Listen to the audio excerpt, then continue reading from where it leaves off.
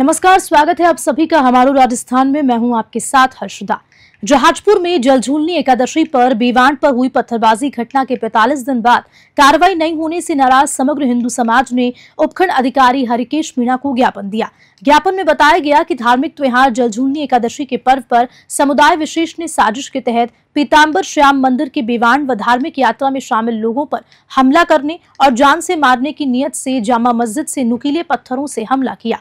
धर्मस्थल पर अवैध कब्जे को हटवाने व सीमांकन करने सहित 14 सूत्रीय मांग पर जिला प्रशासन को दिया गया, जिस पर जिला कलेक्टर शाहपुरा द्वारा 3 दिन में कार्रवाई कर समग्र हिंदू समाज के सामने अवगत करवाने पर सहमति बनी, मगर फिर भी प्रशासन द्वारा कोई कार्रवाई नहीं हुई। हिंदू समाज ने शाहपुरा जिला प्रशासन को आखिरी चेतावनी दी है। यदि प्रशासन 14 सूत्रीय मांगों पर पत्र पर दीपावली के पहले कोई कार्रवाई नहीं करता तो उग्र आंदोलन भी किया जाएगा। जहाजपुर से ब्यूरो चीफ आजाद नेब की रिपोर्ट। हनुमानगढ़ में फिट इंडिया फ्रीडम रन का आयोजन किया गया। दौड़ जंक्शन के राजीव गांधी स्टेडियम से परशुराम सर्किल तक और परशुराम सर्किल से वापस राजीव गांधी स्टेडियम तक आयोजित की गई। कार्यक्रम में जिला कलेक्टर कानाराम, एडीएम उमेदी लाल मीणा, एएसपी जनीश तंवर व एसडीएम मांगेलाल सहित कई आला अधिकारियों ने शिरकत की। फिटनेस, मतदाता जागरूकता और नशा मुक्ति को लेकर आयोजित हुई दौड़ में जनप्रतिनिधि, नागरिक, विद्यार्थी, अधिकारियों और कर्मचारियों ने हिस्सा लिया, तो वहीं महिला और पुरुष वर्ग में विजेताओं को सम्मानित किया गया। हनुमानगढ़ से विनोद चौधरी की report. Fit India freedom run का जो जिला स्तरीय प्रोग्राम है आज राजीव गांधी स्टेडियम से रखा गया है, जिसमें बड़ी संख्या में शहर के युवाओं ने पार्टिसिपेट किया है और अधिकांश युवाओं ने जो है लगभग 5 किलोमीटर की रन पूरी की है। इसमें स्कूल के बच्चे, कॉलेज के बच्चे, जनप्रतिनिधि, जिला स्तरीय अधिकारी, एनजीओ, संस्थाओं के विभिन्न प्रतिनिधि, सबने इसमें बड़ी भागीदारी रखी है। और जो 3 इम्पोर्टेंट मैसेज थे, फिटनेस को लेकर, नशा मुक्ति को लेकर और जो मतदाता सूचियों का पुनरीक्षण कार्यक्रम 29 तारीख से शुरू हो रहा है, इन तीनों का मैसेज यहाँ दिया गया, उनकी शपथ दिलाई गई और एक अच्छा कार्यक्रम रहा। जिले में युवाओं में स्वस्थ जीवन और फिटनेस को लेकर जो एक जागरूकता आनी चाहिए, उसकी मिसाल आज देखी गई और बड़ी संख्या में लोगों ने जो है इस रन को पूरा किया। मैं सभी जिलेवासियों को आज के इस दिवस की और स्वस्थ और फिटनेस पूर्ण जीवन की शुभकामनाएं। राजस्थान कर्मचारी चयन बोर्ड की ओर से भर्ती परीक्षाओं का संशोधित कैलेंडर जारी किया। RSMSSB अक्टूबर 2024 से जून 2024 तक 74 भर्ती परीक्षाएं कराएगा। बोर्ड द्वारा जारी किए संशोधित शेड्यूल में रिजल्ट की संभावित तारीख भी बताई गई है। भर्ती कैलेंडर में पशुधन सहायक जमादार ग्रेड 2, लेखा सहायक संविदा और जूनियर टेक्नीशियन असिस्टेंट भर्ती को भी अन्य परीक्षाओं के साथ शामिल किया गया।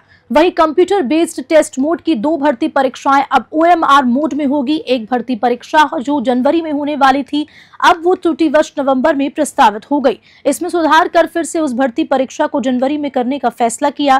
कैलेंडर के मुताबिक साल 2024 में अक्टूबर से दिसंबर तक 10 भर्ती परीक्षाएं होने वाली हैं। साल 2025 में 58 और साल 2026 की 6 भर्ती परीक्षाओं का आयोजन किया जाएगा। इस बार एग्जाम रविवार के अलावा वर्किंग डे में भी करवाने का स्केड्यूल तय किया गया है। जयपुर से ब्यूरो रिपोर्ट। श्री विजयनगर से खबर है, जहां नगर पालिका के वार्ड नंबर 2 के पार्षद करनी सिंह भदौरिया व वार्ड नंबर 16 के पार्षद संदीप बोरीवाल ने नगर पालिका चेयरमैन व अधिशासी अधिकारी से राजकीय उच्च माध्यमिक विद्यालय में हाई मास्क लाइट लगाने का आग्रह किया है। पार्षदों ने बताया है कि नगर के ग्राउंड में शहर व आसपास की जनता सुबह शाम घूमने के लिए आती है, लेकिन ग्राउंड में कोई लाइट नहीं होने के कारण कई प्रकार की समस्याओं का सामना जनता को करना पड़ता है। सुरक्षा की दृष्टि से भी लाइट लगाना बहुत आवश्यक है। इस पर नगर पालिका चेयरमैन व अधिशासी अधिकारी ने कहा कि जनता हित का अहम मुद्दा है। पार्षदों की शहर हित में सराहनीय सोच है।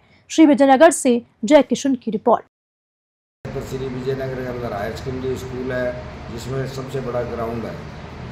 वहाँ वृद्ध महिलाएं, वृद्ध पुरुष एवं महिलाएं और बच्चे घूमने आते हैं। सुबह शाम अंधेरा रहता है। चेयरमैन राजेंद्र जी लेगा से निवेदन किया गया है कि मास्क लाइट लगाएं। नगर पालिका क्षेत्र श्री विजयनगर में राजकीय उच्च माध्यमिक विद्यालय का ग्राउंड, जो विजयनगर का सबसे बड़ा ग्राउंड है, उसके अंदर सुबह माताएं, बहनें, युवा साथी व बच्चे घूमने के लिए आते हैं, जिसमें लाइट की व्यवस्था नहीं है। उसके लिए हम नगर पालिका चेयरमैन श्री राजेंद्र लेगा जी व अधिशासी अधिकारी नगर पालिका से निवेदन किया है कि वहाँ पर अगर हाई मास्क लाइट लग जाए तो वह क्षेत्र हित में बहुत अच्छा काम होगा। इस पर नगर पालिका चेयरमैन ने हमें आश्वासन देते हुए कहा कि यह शहरी का बहुत अच्छा मुद्दा है, इस पर हम जल्द ही इस पर बात को अमल में लाकर इस पर लाइट लगवाने का कार्य करेंगे। उसके लिए हम चेयरमैन साहब का भी धन्यवाद करते हैं। धन्यवाद। अब खबर दौसा से है, जहां कांग्रेस प्रत्याशी दीनदयाल बैरवा ने नामांकन पत्र दाखिल किया। विधानसभा उपचुनाव के लिए नामांकन प्रक्रिया का आज आखिरी दिन है। इस दौरान आयोजित होने वाली चुनावी सभा को पूर्व मुख्यमंत्री अशोक गहलोत, प्रदेश कांग्रेस अध्यक्ष गोविंद सिंह डोटासरा, नेता प्रतिपक्ष टीकाराम जूली सहित कई नेता संबोधित करेंगे। कांग्रेस प्रत्याशी ने कहा कि पिछले 10 महीने में बीजेपी की सरकार ने कोई काम नहीं किया है, तो वहीं गहलोत की सरकार में जनता के लिए कई बेहतर योजनाएं लेकर आए, उन्हें जनता के बीच लेकर जाएंगे और चुनाव भी जीतेंगे। दौसा से गणेश योगी की रिपोर्ट। ऐसा हमारे 8-9 पहले यहाँ पे राजस्थान में कांग्रेस की सरकार थी, उसके बाद बीजेपी सरकार बन गई। गहलोत साहब की कांग्रेस सरकार की इतनी अच्छी योजनाएं थी, गरीबों की इतनी योजनाएं थी, किसानों की इतनी योजनाएं थी, युवाओं की योजनाएं थी। मैं मानता हूँ 9-10 महीने में इन लोगों ने सारी योजनाएं बंद कर दी। उन्हीं योजनाओं के मुद्दों को लेकर हम चुनाव के मैदान में है। सबसे बड़ा हमारा यहाँ पे जो पानी श्रद्धा के नाम से एक जो बहुत बड़ा प्रोजेक्ट था पानी का, जो 200 जिले के 1100 गाँव को पानी मिलना था, इस सरकार ने उसको बिल्कुल एक तरह से ठंडे बस्ते में डाल दिया है। हम उन्हीं मुद्दों को लेकर चुनाव मैदान में उतरेंगे। बाल चेतना पब्लिक उच्च माध्यमिक विद्यालय बीजबारा में दीपोत्सव के उपलक्ष्य में अयोध्या में भगवान राम के आगमन का दृश्य प्रस्तुत किया गया।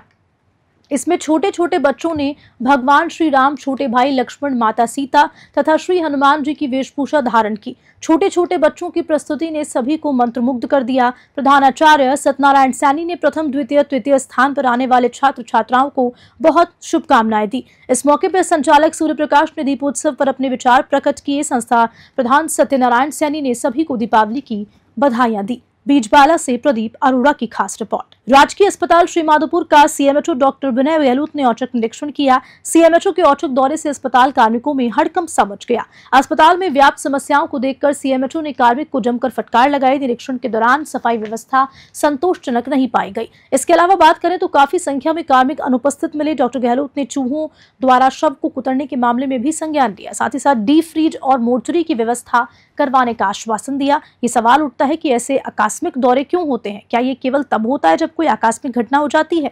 जैसे कि श्रीमाधोपुर के सरकारी अस्पताल में एक डेड बॉडी को चूहे से कुतरने का मामला सामने आ रहा है। विभाग के आला अधिकारियों को रूटीन में भी सरकारी संस्थाओं का औचक निरीक्षण जरूर करना चाहिए। किसी हादसे का इंतजार नहीं करना चाहिए। श्रीमाधोपुर से रविकांत अग्रवाल की रिपोर्ट। दीपावली के पर्व को लेकर रायसिंह नगर प्रशासन द्वारा महात्मा गांधी खेल स्टेडियम में पटाखा बिक्री के लिए अस्थायी लाइसेंस और दुकानें आवंटित की गई। नगर पालिका के सभागार हाल में उपखंड अधिकारी सुभाष चौधरी, तहसीलदार हर्षिता मिड्डा, नगर पालिका अधिशासी अधिकारी अभिषेक गहलोत की मौजूदगी में सभी दुकानदारों के सामने लॉटरी निकाली गई। शहरी क्षेत्र से कुल 80 आवेदन प्राप्त हुए, वहीं ग्रामीण क्षेत्र में 24 आवेदन प्राप्त हुए। सभी को प्रशासन द्वारा अस्थायी दुकानें आवंटित की गई हैं। प्रशासन द्वारा सभी दुकानों को सुरक्षा के उपकरण रखने के लिए कड़े निर्देश भी जारी किए गए हैं। रायसिंह नगर से राजू शर्मा की रिपोर्ट। दीपावली के त्यौहार को मद्देनजर रखते हुए शहर के कुछ लोगों की अस्थायी दुकान आवंटन करने के लिए हमें आवेदन प्राप्त हुए थे। उसी परिप्रेक्ष्य में हमने लॉटरी के माध्यम से दुकानें आवंटित की हैं। टोटल 80 आवेदन प्राप्त हुए थे और 80 लोगों को ही हमने आवंटित किए दुकानें, और उसमें क्रम वाइज 1 नंबर किसको मिलेगा, दूसरे नंबर किसको, इसके लिए हमने लॉटरी सिस्टम के माध्यम से उसको अपनाया है। और ये दुकानें स्कूल का जो ग्राउंड है वहाँ पे लगाई जाएगी। फायर ब्रिगेड की व्यवस्था भी वहाँ करने के लिए योजना को कह दिया गया है।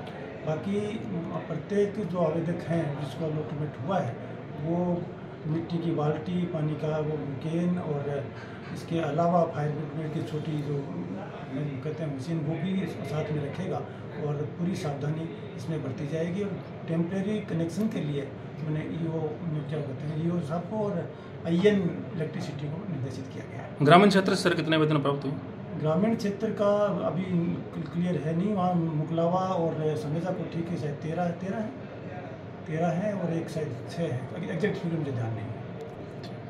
कुख्यात अंतर्राज्यीय तस्कर कमल राणा को आज जोधपुर सेंट्रल जेल से कड़ी सुरक्षा के बीच प्रोडक्शन वारंट के लिए प्रतापगढ़ लाए। भरत बिश्नोई हत्याकांड में फरार राणा को SC/ST कोर्ट में पेश किया गया। इस दौरान कोतवाली थाना अधिकारी दीपक बंजाला के नेतृत्व में भारी पुलिस बल भी तैनात रहा। 13 साल पहले 2011 में जोधपुर निवासी भरत बिश्नोई की प्रतापगढ़ में हत्या कर दी गई थी। इस मामले में कुख्यात तस्कर कमल सिंह राणा फरार चल रहा था। राजस्थान ATS ने महाराष्ट्र के शिरडी में बीती 19 जून 2023 को कमल सिंह राणा को गिरफ्तार किया था। तभी से ये जोधपुर की सेंट्रल जेल में बंद है। राणा पर मध्य प्रदेश व राजस्थान में 40 से ज्यादा लूट, हत्या और तस्करी के प्रकरण दर्ज है। प्रतापगढ़ के रठादा थाना क्षेत्र का रहने वाला तस्कर कमल सिंह राणा मादक पदार्थों की तस्करी के लिए कुख्यात है। प्रतापगढ़ से तेजकरण राठौड़ की रिपोर्ट।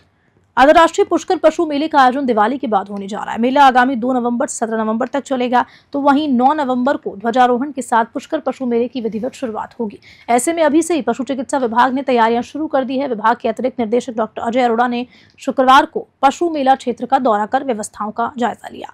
डॉक्टर अरोड़ा ने मेले में आए ऊंट पालकों ने बताकर जानकारी भी ली और साथ ही साथ विभागीय अधिकारियों को समय पर सभी सुविधा मुहैया कराने के निर्देश दिए। उप निदेशक रविंद्र सिंह राठौड़ ने बताया कि ऐतिहासिक पशु मेले इस साल भी बड़े धूमधाम से आयोजन किए जाएंगे। वहीं 2 नवंबर से चौकियों की व्यवस्था भी की जाएगी।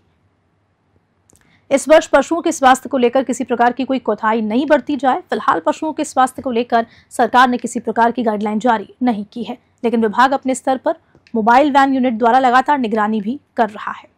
पुष्कर से सीताराम गहलोत की रिपोर्ट। इस बार का जो पुष्कर का पशु मेला है वो प्रकार होने वाला है। क्या पशुपालन विभाग की ओर से तैयारियां हैं? जी, ऐतिहासिक पुष्कर पशु मेला इस वर्ष हर वर्ष के बाद ही इस वर्ष भी धूमधाम से मनाया जाएगा। उसकी तैयारियां शुरुआत जो होगी वो 2 नवंबर से पशुपालन विभाग अपने चौकियों की स्थापना करके और साथ ही साथ जो दूसरे जरूरी संभाग है उन सब की स्थापना शुरू कर देगा। 2 तारीख से चौकियों की स्थापना हो जाएगी। जो पशुओं का आगमन होता है वो उसी तारीख से हमारी जो लाल चिट्ठी होती है काट के नए मेला मैदान के अंदर उनको पशुओं को व्यवस्थित रूप से बिठवा दिया जाएगा। और साथ ही साथ जो दूसरे संभाग हैं पशुपालन विभाग के वो सारे उसी दिन से एक्टिवेट हो जाएंगे। किसी प्रकार की पशुपालकों को कोई गाइडलाइन? देखिए, जो पशुपालकों के लिए जो नई गाइडलाइन तो ऐसी है नहीं। हर वर्ष की भांति जो पशुपालक आते हैं उनके लिए निर्धारित स्थान की व्यवस्था, उनके लिए चारे के लिए जो है वो व्यवस्था कर दी जाएगी। वहाँ पे जो खेलियां पशुओं को ठहरने के लिए पानी की उनकी वो सारी की मरम्मत करा के और उनके अंदर पानी का भरवाने का काम किया जा रहा है। स्वास्थ्य या उपचार को लेकर पशुपालकों में किसी प्रकार की बीमारी है उसको लेकर कोई गाइड? देखिए, अभी तो वर्तमान में तो ऐसा किसी नहीं चल रहा है कोई बीमारी का दौर। जो उसके अलावा जो नॉर्मल 2 मोबाइल यूनिट जो पशुपालन विभाग की है वो 24 घंटे पशु मैदान के अंदर और पशुपालन विभाग की तरफ से संचालित रहेगी। इसके अलावा 2 पशु चिकित्सालयों की दड़ों में ही स्थापना की जाएगी। जहाँ पशुओं को ठहरा जाएगा वहाँ पे दड़ों में ही 2 पशु चिकित्सालयों की स्थापना की जाएगी। साथ ही साथ एक जो मोबाइल का जो चिकित्सालय है पशु चिकित्सालय वो पशु चिकित्सालय पुष्कर के अंदर 24 घंटे के लिए कार्यरत रहेगा मेला अवधि के दौरान। क्या आयोजन में क्या प्रतियोगिता होने वाली है? गोपाष्टमी से मेले का विधिवत रूप से शुभारंभ माना जाता है। तो उसी दिन से ही जो कार्यक्रम है पशुपालन विभाग जो कराता है पशुओं के लिए वो सारे शुरू हो जाएंगे। पशुओं प्रतियोगिताएं, गिर संकर नस्ल की दुग्ध प्रतियोगिता, चैंपियन पशु वाली प्रतियोगिताएं वो सब शुरू हो जाएगी। जो घोड़ों से रिलेटेड जो और ऊँटों से जो रिलेटेड जो प्रतियोगिताएं हैं वो मेला मैदान में आयोजित की जाएगी। कितने पशुपालक आने वाले हैं और कितने पशु घोड़े जो आ सकते हैं?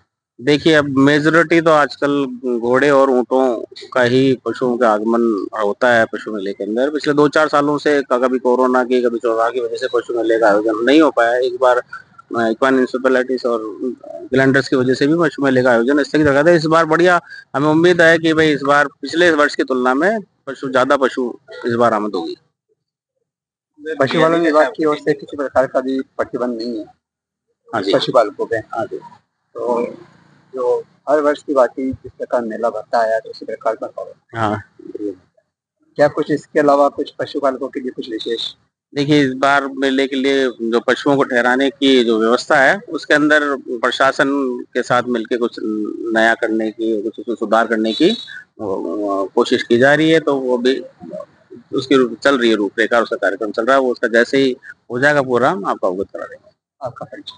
मेरा नाम डॉक्टर रविंद्र सिंह राठौड़, उप निदेशक पशुपालन विभाग पुष्कर। और इसी खबर के साथ हम राजस्थान में इतना ही। नमस्कार।